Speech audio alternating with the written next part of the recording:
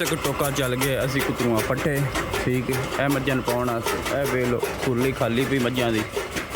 यह वे लो इस टाइम कटाई हो रही है पट्ठे। पराली कुतरी पराली लिआंदी पहले